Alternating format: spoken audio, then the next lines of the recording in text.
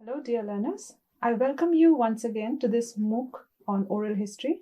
This is week 4, module 4 on the theme oral history, theory and interpretation, part 1, and unit 2 titled subjectivity and intersubjectivity. In this lecture, we will try to understand the definition of the terms subjectivity and intersubjectivity, along with its theoretical foundation. This lecture will also cover the sub-themes on subjectivity in knowledge and experience, intersubjectivity, and communication. The relationship of memory and history has been central in oral history, and its study has undergone significant paradigm shifts from the post-Second World War, which witnessed the emergence of contemporary oral history, to the post-positivist era of the assertion of memory as both the source and subject. Oral history has transformed and challenged historical enterprise in many ways across many countries since the time of its emergence in the contemporary period. It becomes important to revisit the question, why oral history, to which oral historians like Paul Thompson, Luisa Passerini, Ronald Grayle, Alejandro Portelli, Paul Thompson, among many others, have argued to defend oral history against the critics. Through their work, they stress on the fact that subjectivity of memory was a unique quality that sets oral history apart. Michael Frisk, a North American oral historian, asserted through his writings to bring memory at the center stage, where memory becomes the subject as well as the source for oral historians. Rather than seeing memory as unreliable, oral historians argue the subjectivity of memory, which allows the individual to interpret their past to present concerns and give meaning to historical experience. Memory in oral history is not simply recalled, but actively produced within the interview setting. Memory stories are shaped by many influences operating simultaneously during the interview. Siegfried Krakauer's idea of history intersects with memory and perception. He asserted that history must move beyond chronological causation and reconstruct from traces, remnants, and fragments of everyday life. He highlighted the subjective and interpretive nature of history, emphasizing that understanding the past requires reading between the lines of material, culture, and narrative traces. It is under this context that we will now move on to define what the term subjectivity and intersubjectivity means. Subjectivity refers to an individual's sense of self or identity, which is shaped by personal experiences, perceptions, emotions, language, and cultural background. Unlike objectivity, which assumes a neutral and a very detached viewpoint, subjectivity acknowledges that people carry their own emotional baggage and experiences with them. In oral history, subjectivity is particularly important because interviewees do not simply recount facts, they actively construct their identities or subject positions during the interview. They do this by drawing upon culturally available ideas, memories, and public discourse to present which they are and how they understand their past. Memory is shaped by influences beyond the interview moment. Memories are filtered through years of reflection, in reinterpretation, and exposure to social, political, and cultural discourse.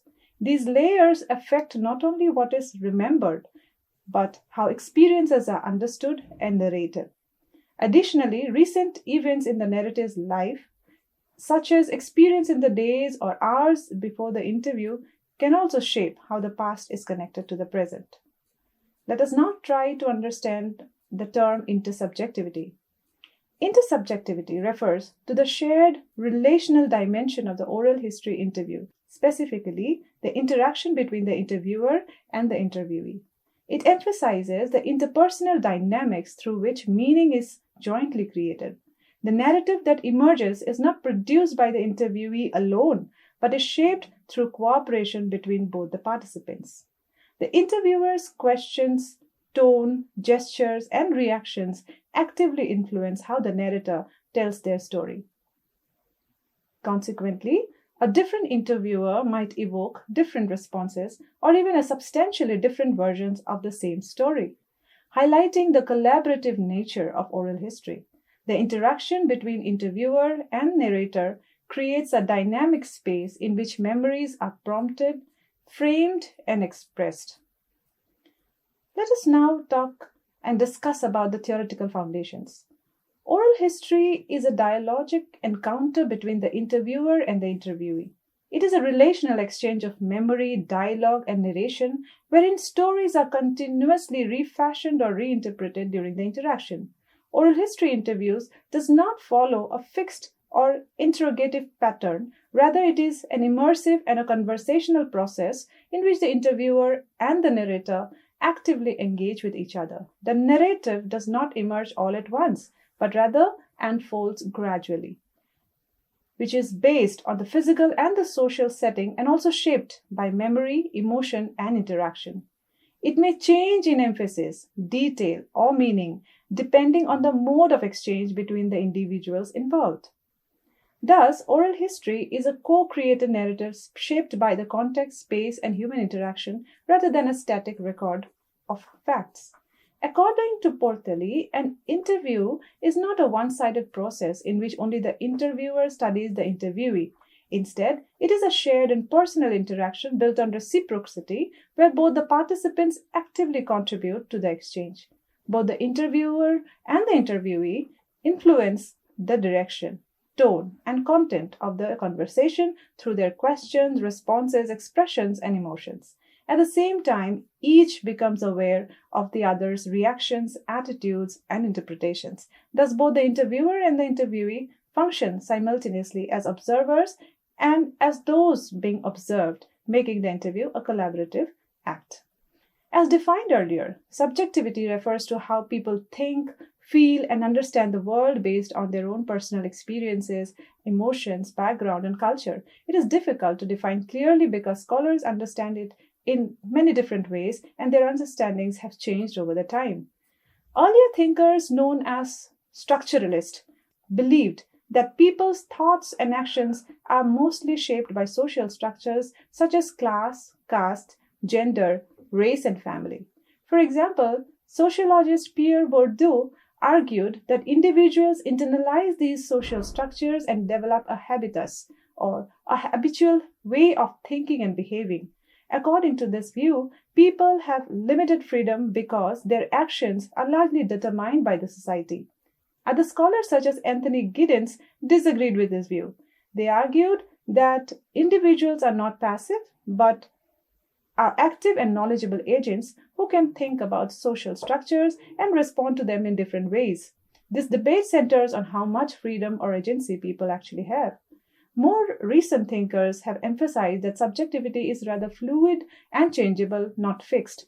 Feminist scholar Teresa de Lauretis argued that people constantly reinterpret their sense of self using the ideas and meanings available in their culture at a given time. This is especially important for oral historians because an interviewee's identity can change over time and may appear differently in different interviews or contexts.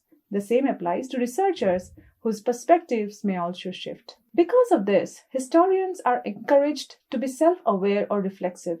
This means recognizing that they are not neutral observer. Their background, beliefs, and presence influence the research process. Oral historians were among the first to accept this idea as they dealt directly with people and their memories rather than with written documents alone. The post-structuralist thinkers like Michel Foucault and Roland Barthes further shaped the ideas about subjectivity. They argued that social categories such as class and gender are never objective realities, but are rather shaped by language, power, and social ideas which people often internalize. This means that individuals shape themselves according to what the society defines as normal or acceptable. As a result, historians have begun to see the self as decentered, with no fixed or a stable identity. People present different versions of themselves at different times. Life stories, whether oral or written, are shaped by cultural conventions and language. Scholars like Joanne Scott argue that we can only remember and describe our experiences using existing language and ideas, so complete objectivity is impossible. Some historians worry that this focus on language ignores emotions and lived experiences. Oral historians also argue that emotions and psychology must remain central to subjectivity thus implying that memory stories are not objective records of the past, but meaningful narratives shaped by emotion, culture, language, and the relationship between interviewer and the narrator. Intersubjectivity theory rather focuses on how meaning and identity are created through interaction between people rather than existing independently within an individual. In oral history, an interview is understood as a dynamic meeting of two subjectivities, those of the interviewer and the interviewee. Each person enters the interview with their own background, experiences, beliefs, and expectations, and both consciously or unconsciously present particular versions of themselves. Intersubjectivity refers not only to this interaction or collision between the two relative subjectivities, but also to the way each person's sense of self is shaped and reshaped by the encounter. George Herbert Mead, in his symbolic interaction theory, argues that the self is formed through social interaction, and according to him, people come to understand who they are by engaging with others. The self develops through repeated social exchanges. This means that identity is not fixed but constantly produced in interaction. Erving Goffman's work extends this idea by describing social life as a kind of performance. He suggests that individuals perform different roles depending on the context, much like actors on a stage. In face-to-face interaction, people use language, gestures, expressions, and even surroundings as props to present a coherent self suited to the situation. In an oral history interview, both interviewer and the interviewee perform roles shaped by the expectations of the interview setting. Judith Butler's theory of performativity, particularly regarding gender, further reinforces this idea. She argues that identity, especially gender, is not a stable essence, but something people repeatedly perform through everyday actions shaped by their cultural norms. These ideas can be extended beyond gender to identity in general, showing that the self is unstable, performative, and culturally constructed. Professor Passerini's scholarship draws from a rich tapestry of disciplines like history, anthropology, psychoanalysis, and literary theory, imbued with the insights of post-structuralist and feminist thoughts. Her work, Fascism in Popular Memory, the Cultural Experience of the Turin Working Class, is a landmark study, which redefines how we engage with oral sources, memory, and subjectivity, particularly in the context of everyday lives under fascist regime. Her work, Autobiography of a Generation, challenges conventional historical narrative that prioritize objective chronology and political events. Instead, she proposes that the history of a generation is best understood through subjective experiences, memory practices, and the lived realities of individuals and collectives. Her work shows how personal and collective histories inform each other. This structure embodies her claim that individual memory and collective experience cannot be analytically separated. They are co-constitutive. By doing this, she problematizes the boundary between a personal narrative and social history, arguing that both are necessary to understand how generation makes sense of their past. Passerini incorporates psychoanalysis insight into her historical analysis, suggesting that memory is not just cognitive recall, but involves unconscious dimensions, contradictions, desires, and silences. Memory is shaped by emotional investments, unresolved conflicts, and subject interpretation of the past events. The psychoanalytic element underscores that memory, and thus history, is a dynamic psychic and social process, not a straightforward retrieval of facts.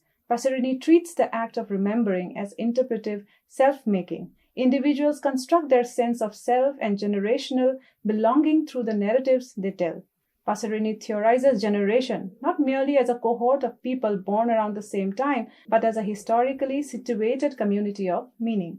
A generation emerges through shared experiences, collective emotions, and political imaginaries, and in this case, the hopes, conflicts, and contradictions of Italy's 1968 movements. Her work emphasizes the internal diversity of a generation and how its members differently experienced and interpreted pivotal events.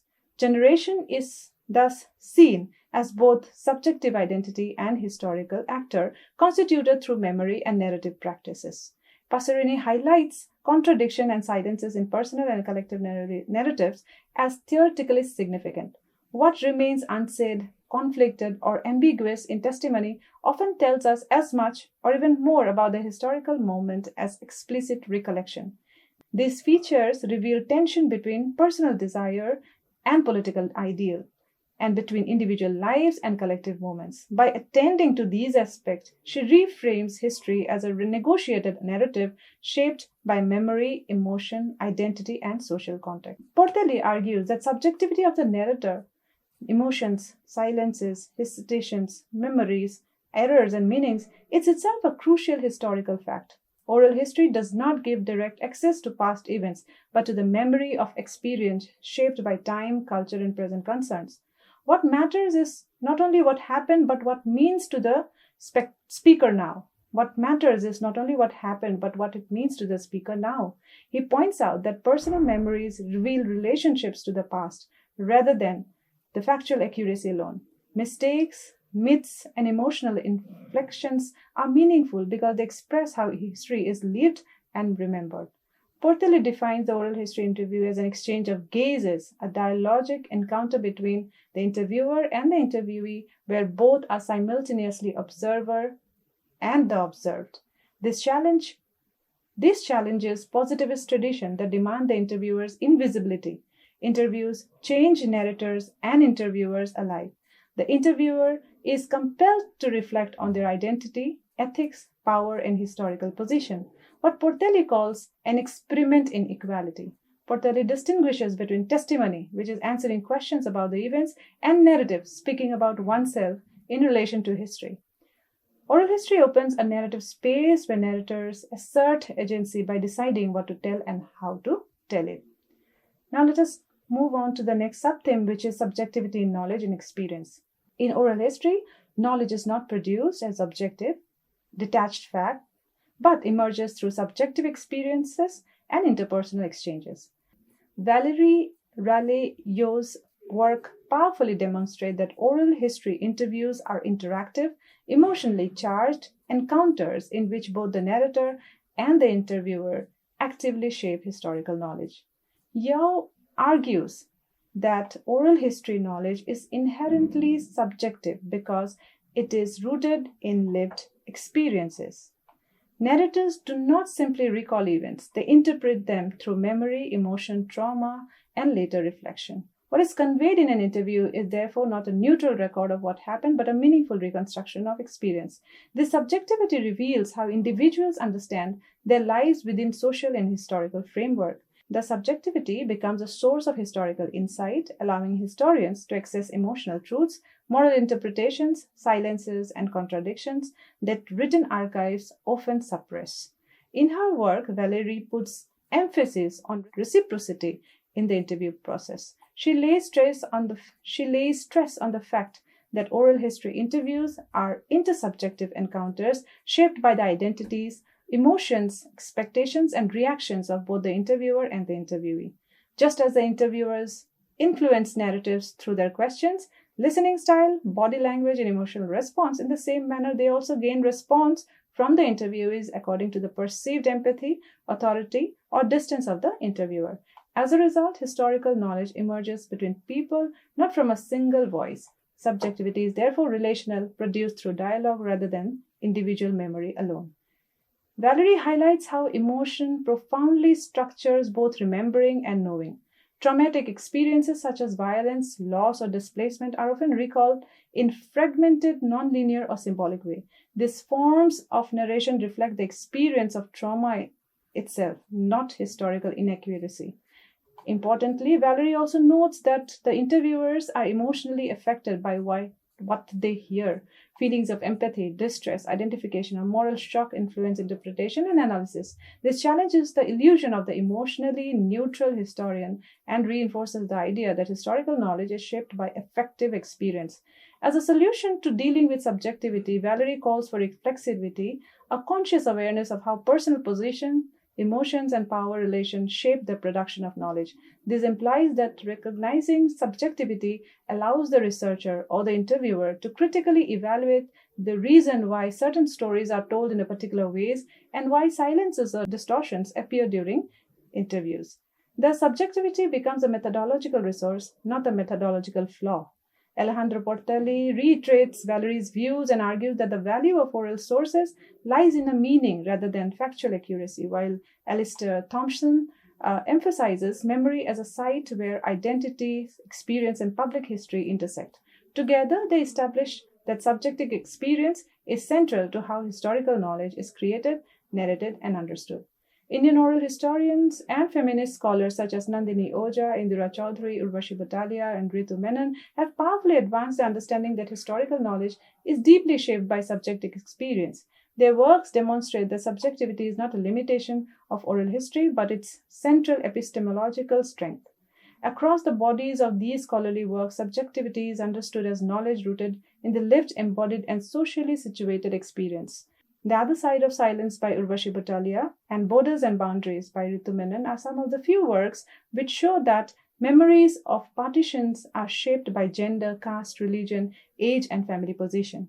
Women's testimonies, in particular, reveal experiences of silence, shame, violence, and survival that official histories ignore. Knowledge here emerges from the personal pain and emotional memory, not from the state archives. Through these works of the feminist oral historians, subjectivity in knowledge and experience emerge as a foundational principle of oral history. These scholars collectively demonstrate that subjectivity does not weaken historical knowledge. Rather, it humanizes history, democratizes evidences, and reveals dimensions of the past that official records cannot capture.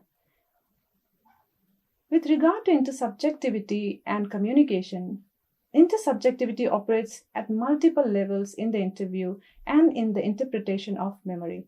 Anderson and Jack argue that researchers must learn to listen. This means moving away from an approach that treats interviews as information gathering exercise focused on asking the right questions. Instead, interviews should be seen as interaction where attention is paid to the process through which the interviewee's viewpoint gradually emerges.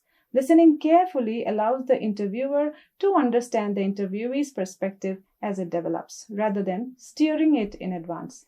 The importance of being aware of the discursive frameworks available to interviewees is necessitated.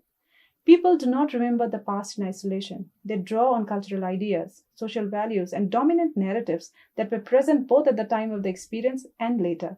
These discourses shape how memories are recalled and expressed. Hazel Marcus and Jean Smith argue that the self is not a single fixed entity, but a structured system of multiple self-representations. This self-structure is shaped by social experience, cultural context, and personal histories. Individuals understand who they are through a collection of self-schemas, organized cognitive representation of the self in different roles and situations. For example, as a worker, as a parent, as a student, or maybe as a citizen.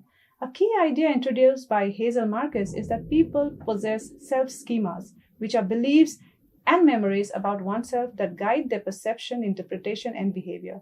Self-schemas make some experiences more salient than others, meaning that what people notice, remember, and narrate is structured by their own sense of self. The researcher must pay attention to the social interaction within the interview itself. The relationship between interviewer and the interviewee, their identities, expectations, rapport, and shared interests actively shapes the story that is told. Memory is reconstructed during the interview through these interactions, not simply retrieved from the past. If we look at the example of Mary Ellen Oldie, illustrates three levels very clearly. Her narrative combines personal memories, family stories, community knowledge, and archival research. She presents herself as a knowledgeable woman and local historian while recognizing the interviewer as a professional women's historian.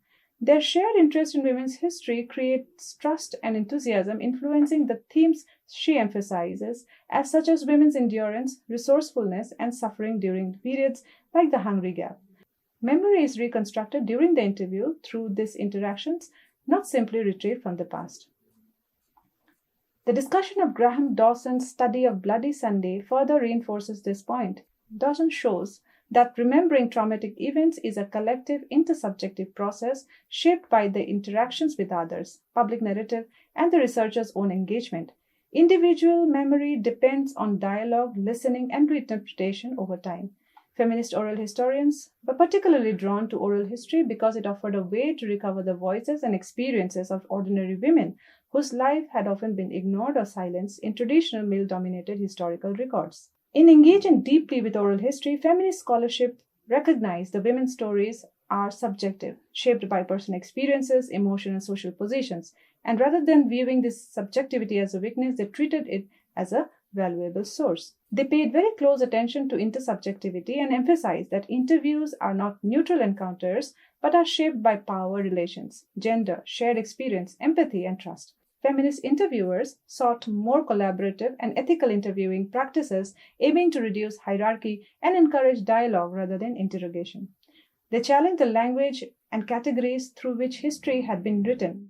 By using oral history, they attempted to free women's experiences from restrictive or male-centered forms of expression, allowing alternative ways of remembering and narrating the past. Judy Young's work with the Chinese American women show how shared identity and attentive listening could transform the interview relationship. Young's insider status helped establish trust, demonstrating how intersubjectivity, shared cultural understanding, and mutual recognition could enable richer narrative.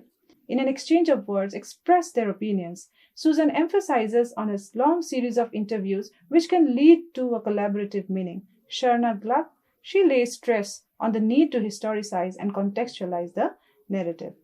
While there is no denying that no one can become an expert in others' life, yet, as George Devereux states, the scientific study of men must use subjectivity inherent in all observation as the royal road to authentic rather than fictitious objectivity. I am sure you will benefit a lot from this particular lecture discussion on subjectivity and intersubjectivity. Thank you so much.